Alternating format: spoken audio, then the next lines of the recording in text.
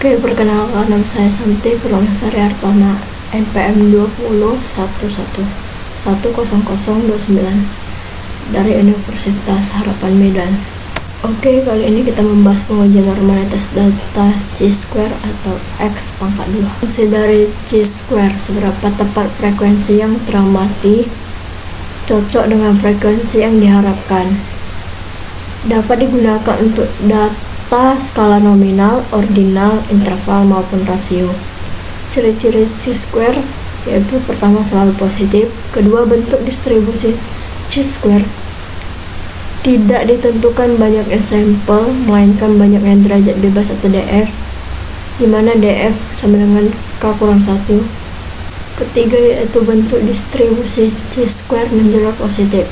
Semakin besar derajat bebas, semakin mendekati distribusi normal. Rumus chi-square yaitu x pangkat 2 sama dengan sigma OI kurang EI dipangkatkan 2 per EI. OI adalah nilai observasi, EI adalah nilai ekspektasi atau harapan. Dengan menggunakan rumus Pi kurang N dan N banyak angka pada total frekuensi. Saya akan memberikan contoh sampel chi-square.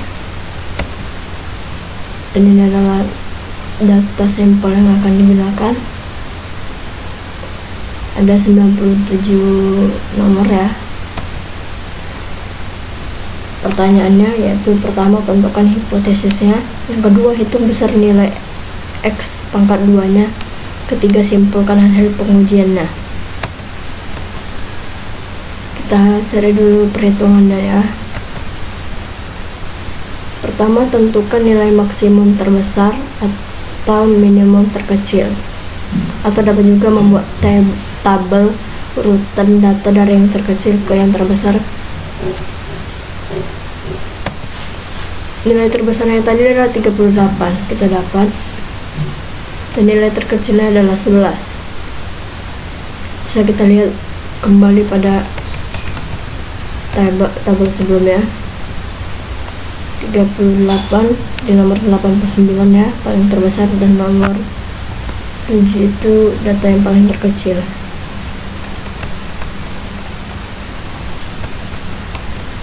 Lalu kita mencari nilai rentangnya dengan rumus nilai maksimum dikurang minimum. Nilai terbesar dan terkecilnya tadi adalah 38 dikurang 11, hasilnya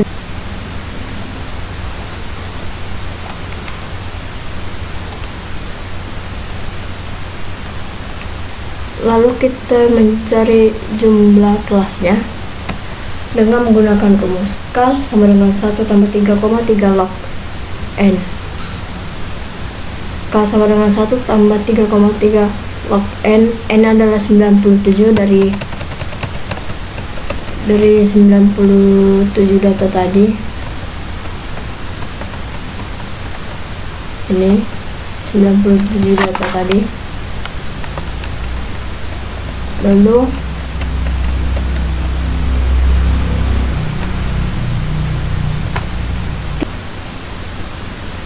K sama dengan 1 tambah 3,3 log 97 adalah 1,99. Lalu kita lanjut dengan K sama dengan 1 tambah 3,3 kali 1,99 adalah 6,5 sekian ya. Bisa dibuktikan dengan mencari kalkulator sendiri ya. Lalu kita tambahkan 6,5 itu ditambahkan 1 sama dengan K nya 7,5, kita bulatkan aja jadi 7 K nya. Lalu kita mencari interval atau panjang kelas dengan menggunakan rumus I sama dengan rentang per banyak kelas. Rentangnya tadi adalah 27, per banyak kelasnya adalah 7.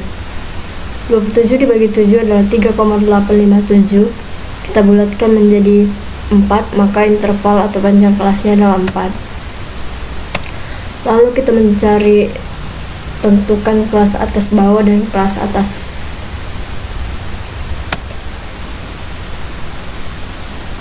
nilai dia ya,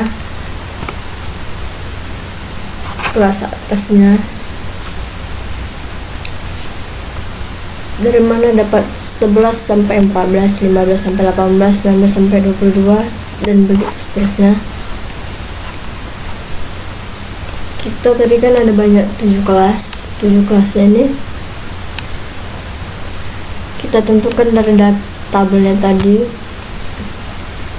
Banyaknya kelas tadi adalah intervalnya 7 dan panjang kelasnya adalah 4. Jadi 11 kurang 15 ini adalah 15 kurang 11 ini adalah 4. Itu adalah tadi panjang kelasnya, sedangkan nomor 1 sampai 7 ini adalah jumlah kelasnya. Data interval ini kita dapat tentukan dari data yang tadi.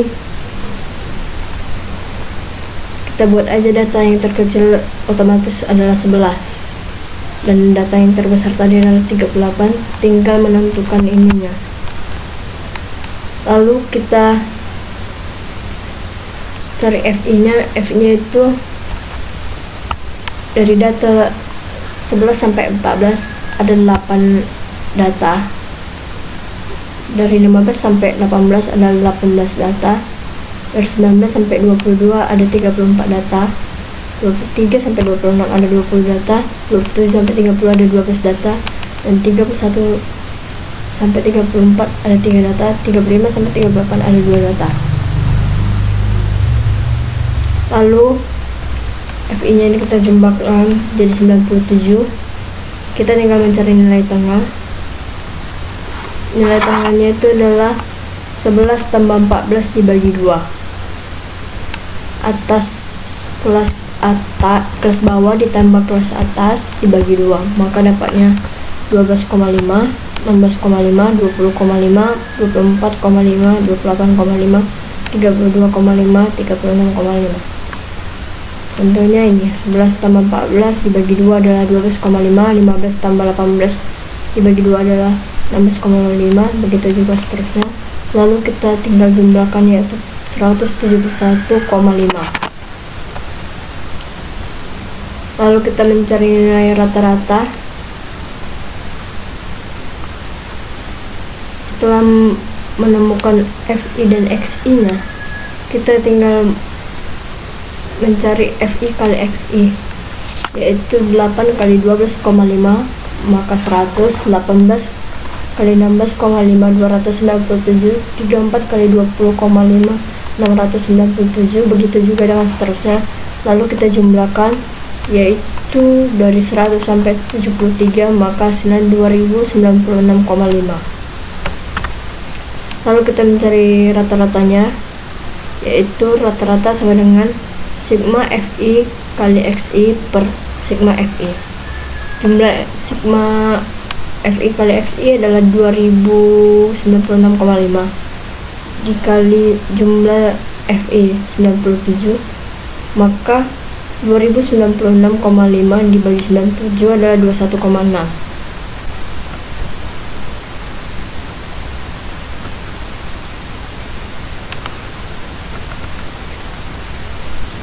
Yaitu setelah mengetahui FI, XI, dan FI kali XI tadi, kita mencari XI pangkat 2 nya dulu, yaitu ini 12,5 dipangkatkan 2 156,25, 16,5 dipangkatkan 2 272,25, 20,5 pangkat 2 yaitu 420,25. Begitu juga dengan seterusnya. Lalu kita jumlahkan, dapat hasilnya. Hasil jumlah XI pangkat 2 adalah 4649,75. Setelah itu kita mencari FI kali XI pangkat 2, yaitu 8 kali 156,25 yaitu 1250. Lalu 18 dikali 272,25 sama dengan 4900,5. Lalu 34 kali 420,25 sama dengan 14.228,5, begitu juga dengan seterusnya sampai ke bawah. Lalu setelah dapat hasilnya, kita tinggal menjumlahkannya, yaitu 1250 ditambah 4.900,5 ditambah 14.288,5 ditambah 12.005 ditambah 9.747 ditambah 3.168,75 ditambah 2.664,5, maka hasilnya adalah 48.024,25. Maka kita dapatlah standar deviasinya atau SD, yaitu akar sigma FI kali XI dikurang sigma FI kali XI dipangkatkan 2 per sigma FI dibagi sigma FI kurang 1, yaitu 48.224,25 kurang 2.096,5 dipangkatkan 2 per 97 dibagi 97,1.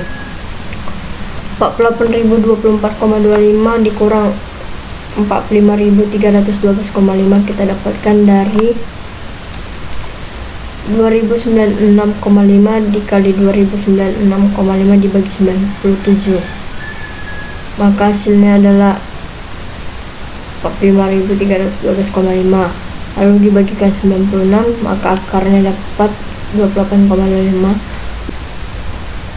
Maka standar deviasi sama dengan akar 28,25, maka hasil standar deviasinya adalah akar dari 28,25 adalah 5,315.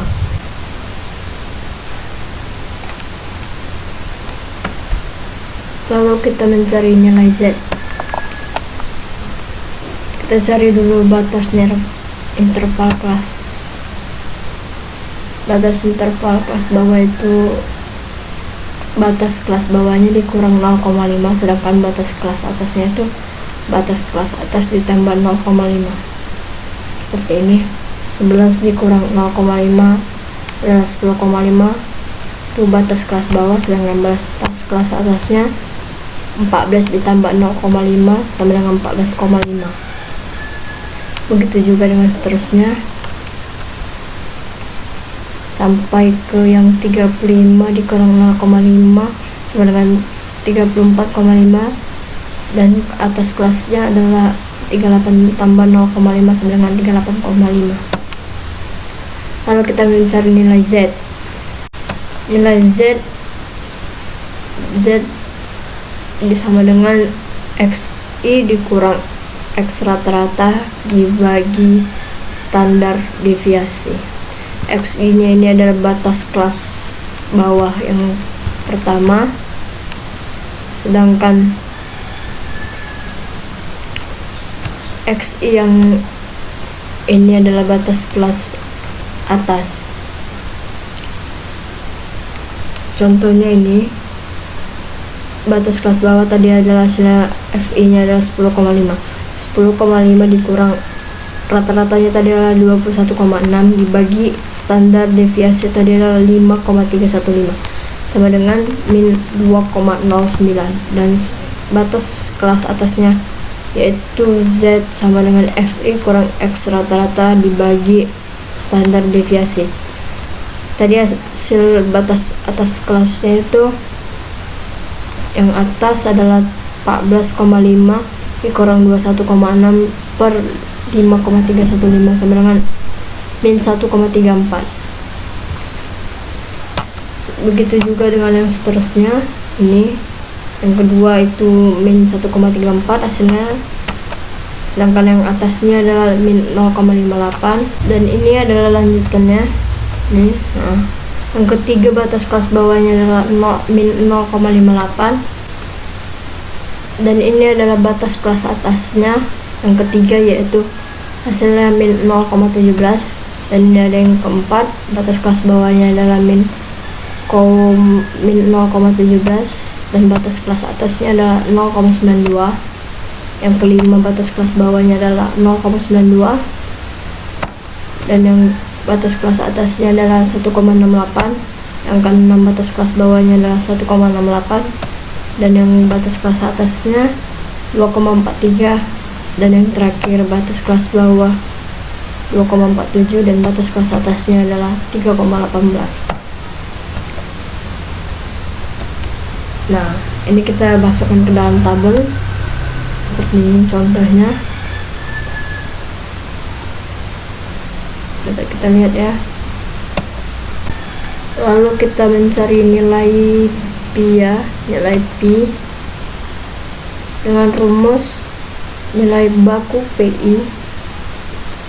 dikurang nilai konversi kumulatif normal Z. Kita mencari nilai kumulatif normal Z nya dulu. Dan tadi yang pertama nilainya kelas bawahnya lah min 2,09. Kita cari dulu min 2,0 ya, min 2,0 ini.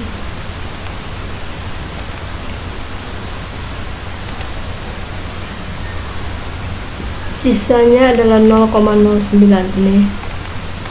Maka nilai kumulatif normal Z kelas bawah adalah 0,0183. Lalu kita mencari nilai kumulatif kelas atasnya. Yang pertama tadi itu masih yaitu min 1,34, min 1,34, min 1,3, min 1,3 ya. Nih.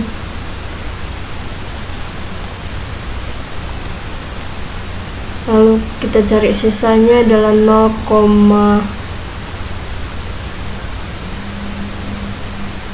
sisanya adalah 0,04 ya, 0,04 ini berarti 0,0901. Itu tadi nilainya adalah min 1,34 sama tadi ya, berarti ini ya 0,0901. Lalu nilai atasnya adalah min 0,58, berarti sisanya 0,5, min 0,5 ini ya, min 0,5. Lalu kita cari sisanya adalah 0,08 ini, berarti ini adalah 0,2810. Begitu juga dengan kelas bawah yang ketiga. Maka kita mencari yang kelas atas ketiga. Tadi adalah nilainya min 0,17, min 0,1 ini depannya. Berarti sisanya adalah min 0,07. Berarti ini 0,4325. Begitu juga dengan kelas bawah yang keempat. Lalu kita mencari kelas atas yang keempat. Kelas atas keempat adalah min 0,92, 0,9 berarti nih 0,9. Lalu kita mencari sisanya adalah 0,02 nih, berarti 0,8212. Begitu juga dengan kelas bawah yang kelima. Lalu kita mencari kelas atas yang kelima. Kelas atasnya tadi adalah bernilai 1,8, 1,6 lah berarti depannya kan. Nih sisanya adalah 0,08 nih, berarti 0,9535. Begitu juga dengan kelas bawah yang ke-6. Lalu kita mencari kelas atas yang ke-6, yaitu 2,4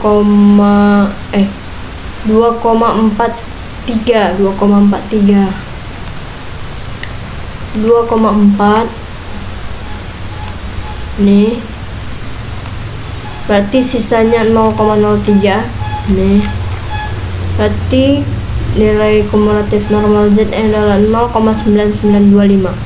Begitu juga dengan kelas bawah yang ke-7, dan kita mencari kelas atas yang ke-7 yaitu 3,1, sisanya 0,08 ini, berarti nilai Z nya adalah 0,9993. Lalu kita masukkan ke rumus yang tadi. Setelah mendapatkan nilai konversi kumulatif normal Z, lalu kita tinggal masukkan nilai baku dikurang nilai konversi yang tadi.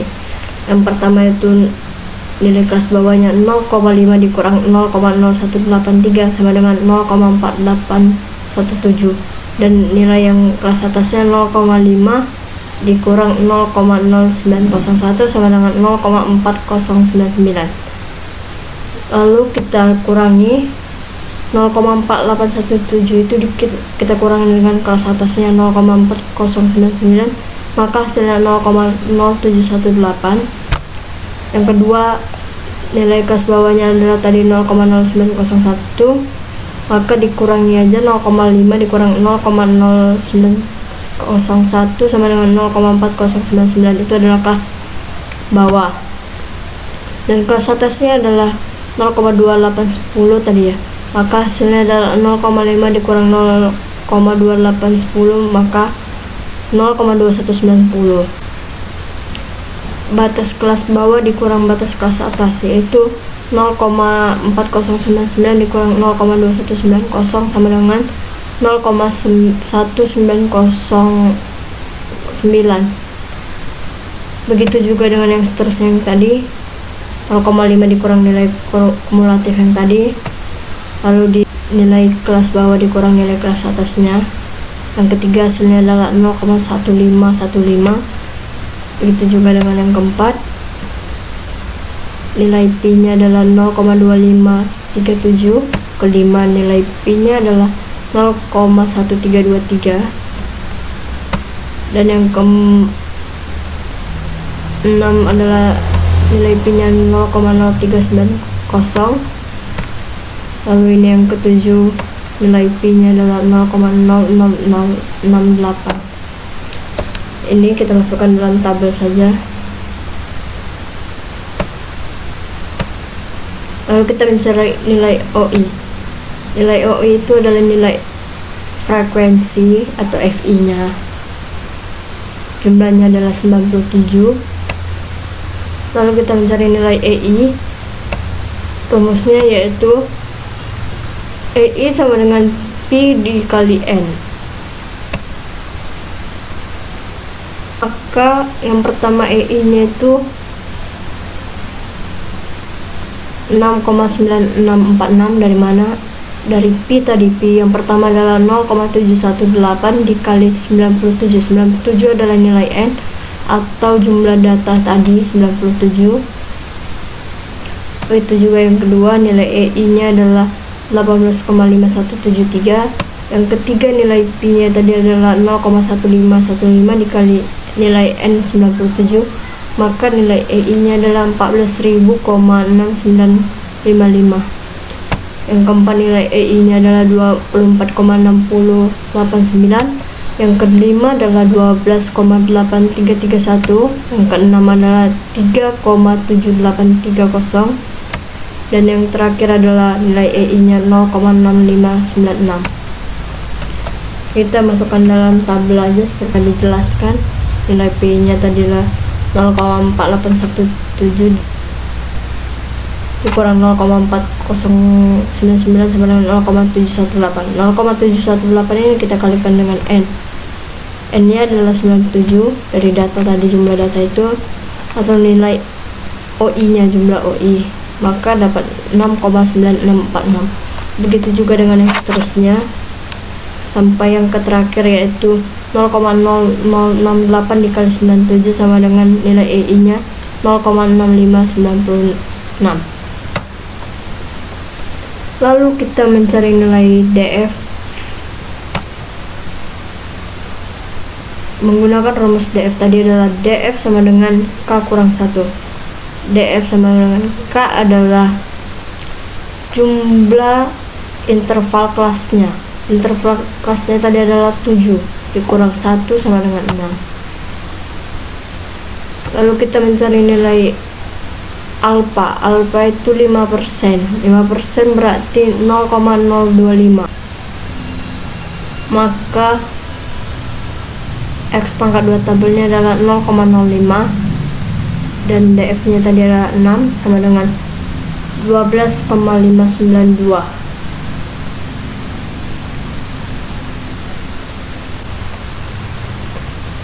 Dari mana kita dapat tadi 12,592, yaitu tadi 0,05 ini dan pasangannya tadi adalah 6, DF nya ini ya, 6. Kita berarti dia ada di posisi ini, yaitu ini, yaitu 12,59159. Kita jadikan 12,592. Maka X kuadrat tabelnya adalah 12,592. Lalu kita mencari jawaban yang tadi. Setelah kita mencari perhitungannya, jawaban nomor 1 itu kita menentukan hipotesisnya. Hipotesis H0 itu adalah tidak ada perbedaan antara populasi yang diamati dengan sampel yang digunakan, atau dengan kata lain data sampel berasal dari populasi yang berdistribusi normal. Sedangkan HA adalah ada perbedaan antara populasi yang diamati dengan sampel yang digunakan, atau dengan kata lain data sampel berasal dari populasi yang tidak terdistribusi secara normal. Jawaban nomor 2 yaitu menggunakan rumus ini, X kuadrat sama dengan sigma OI kurang EI dipangkatkan 2 per EI. Kita mencari besar nilainya dulu. Yang pertama tadi interval pertama, XI pangkat 2. Ini 8 ini adalah dari nilai OI atau nilai FI yang tadi, dikurang EI nya yang pertama tadi adalah 6,9646. Kita kurangkan dulu, 8 dikurang 6,9646 adalah, maka 1,0354 dipangkatkan 2 hasilnya 1,0720. Kita bagikan dengan nilai EI-nya. Nilai EI-nya adalah 6,9646. Kita bagikan 1,0720 dibagi 6,9646 sama dengan 0,154. Begitu juga dengan yang kedua. OI atau nilai frekuensinya tadi adalah 18. 18 dikurang nilai EI yang kedua 18,5173 adalah min 0,5173. Kita pangkatkan 2 maka hasilnya 0,2676. Kita bagi dengan EI nya 18,5173, maka hasil yang kedua adalah 0,014. Dan X pangkat 2 yang ketiga adalah 25,360. Dan yang keempat hasilnya adalah 0,863. Dan yang kelima adalah 0,054. Yang keenam adalah 0,162. Yang ketujuh adalah 2,724. Lalu kita mencari jumlah tadi, yaitu interval yang pertama ditambah interval yang kedua sampai ke interval yang ketujuh kita jumlahkan. Maka interval yang pertama tadi adalah 0,154 ditambah interval kedua 0,014 ditambah interval ketiga 25,360 ditambah interval yang keempat 0,863 ditambah interval yang kelima 0,054 ditambah interval yang keenam 0,162 ditambah interval yang ketujuh 2,724, maka hasilnya 29,331. Itu adalah hasil X pangkat 2 atau C-square nya. Lalu kita mencari simpulan hasil pengujiannya. Dari kriteria keputusannya yaitu dapat kita simpulkan, yaitu jika 29,331 yaitu nilai X pangkat 2 tadi lebih besar dari nilai tabel yaitu 12,592, maka H0 nya ditolak. Maka kalau H0 ditolak, kita dapat simpulkan yaitu ada perbedaan antara populasi yang diamati dengan sampel yang digunakan, Atau dengan kata lain, data yang sampel berasal dari populasi yang tidak berdistri normal. Demikian, ini adalah contoh soal C-square yang dapat saya bahas. Sekian, terima kasih. They say you too tired, so but I think that I love you. Mama, a party girl, she just want